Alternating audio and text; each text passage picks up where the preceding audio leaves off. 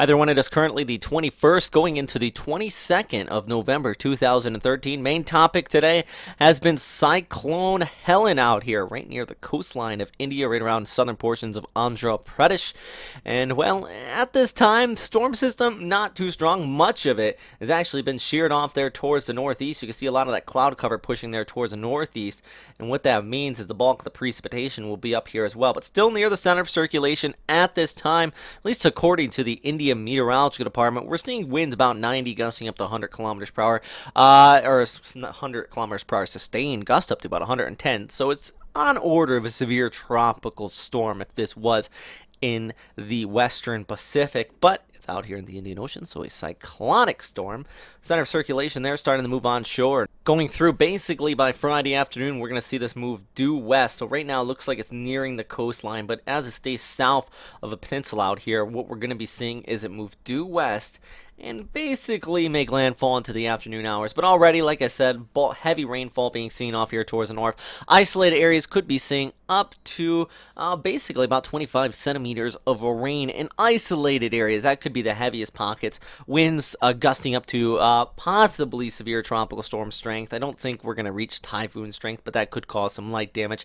And a storm surge in some of these inlets here right near the coastline along the northeastern periphery of the storm, up to about 1 to 2 meters high. In comparison to Cyclone Phailin, which made landfall out here back in September, this is really nothing to get worried about. Just definitely stay away from the coastline. I did see about 4,000 people did get evacuated, but not really a too severe or serious of a storm system as it does roll off there towards the west. And the other good news is that most of the heavy rainfall in the forecast here will be remaining basically right near the coastline where a lot of that shear is taking place.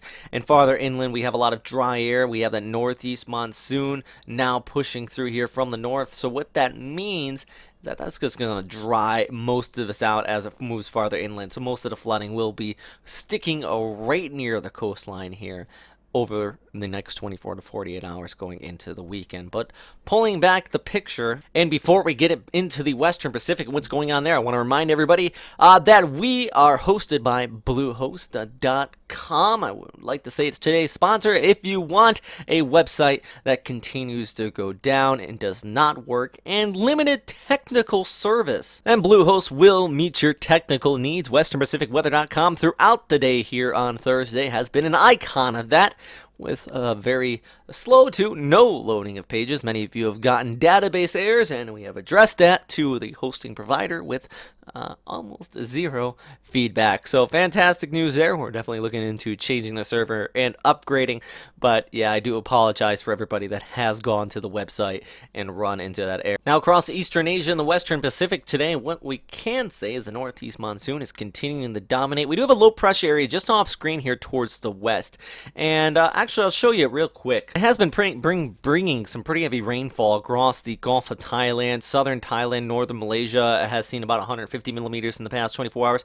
This area here could be the next cyclone by, well, basically going into early next week. So I'm going to keep an eye on it into the tropics. But as far as much of the Western Pacific and organized tropical activity, it's not there today. Northeast monsoon continues to dominate, and what that has been doing is, well, just bringing in all that dry air and vertical wind shear, and everything that is developing out here as far as clusters of thunderstorms is just going to get pummeled by that, and nothing organized there in the forecast. The big topic today, actually, in Eastern Asia and the Western Pacific has been the sea effect snow across Japan, and a new island actually formed there in the Ongole Islands. We talked about that on NHK World. If you watch my broadcast there, I also posted on the Facebook page where we have been posting updates today since the website has been rather counterproductive. That was kind of interesting. Very actually interesting fact, and I said that on air a few times.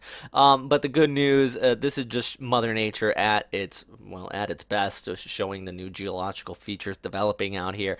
But there in the Ongole Islands, 1,000 kilometers south of Tokyo, no big populations nearby. This is not the result of a major earthquake or anything like that, but something cool to look at. But as far as that snowfall I was talking about, that's going to taper off going into Friday here across Japan. Tokyo still missing out the bulk of it. High pressure has been dominating much of eastern China and the Korean Peninsula, bringing some cold air that will be changing. First with a warm-up and then with some rain showers and a wintry mix. Look at that 540 and the 528 line diving there towards the south. A new low pressure area developing here in eastern China. Meanwhile, that cyclone I was talking about possibly developing in the Bay of Bengal starts to pop up there. That new low starts to develop, pushes off there towards the east across Korea. And we could be seeing snow even as far south as Seoul into portions of western Japan. Really, that's all going to stay along the Sea of Japan coastline, but some heavy rain showers by Monday as well. Even in the Tokyo, extending down through much of the southern Japanese islands, you're looking at the risk of thunderstorms. Like I said, Monday afternoon into the evening hours, and all the way down there for Hong Kong, you're going to be looking at some pretty chilly temperatures. So this is a big winter setup that's going to be looked at here by early next week. So something to keep an eye on. But that is all for right now, everybody. Thanks again for watching here at westernpacificweather.com. If you have any questions, comments, or suggestions, you can always post it down there in the comment box below. And as always, stay safe out there, everybody. Thanks for watching.